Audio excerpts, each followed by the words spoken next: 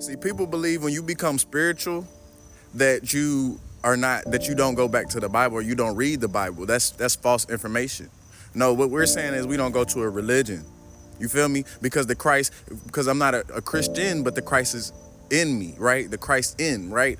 Not just a Christian, but the Christ is inside of each and every one of us. Inside of us is the Son.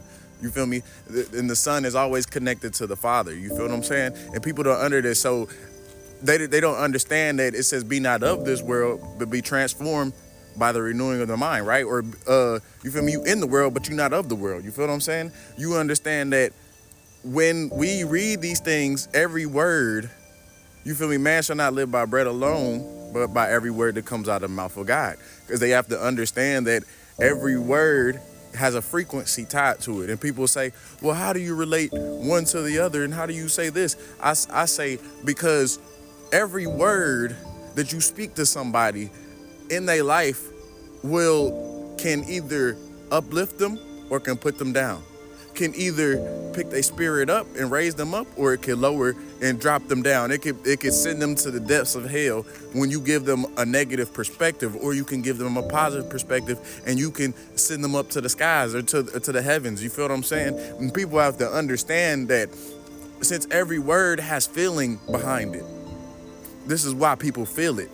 And people don't know what feeling is, right? And you have to understand where feeling comes from. Why do you get the feelings that you get, right? And people got to understand, so why do I go to the Bible? Why do I even mention this? Because I want people to understand that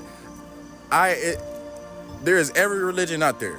I will never say that this one is false or that's false. But what I will say is always find the Christ within yourself.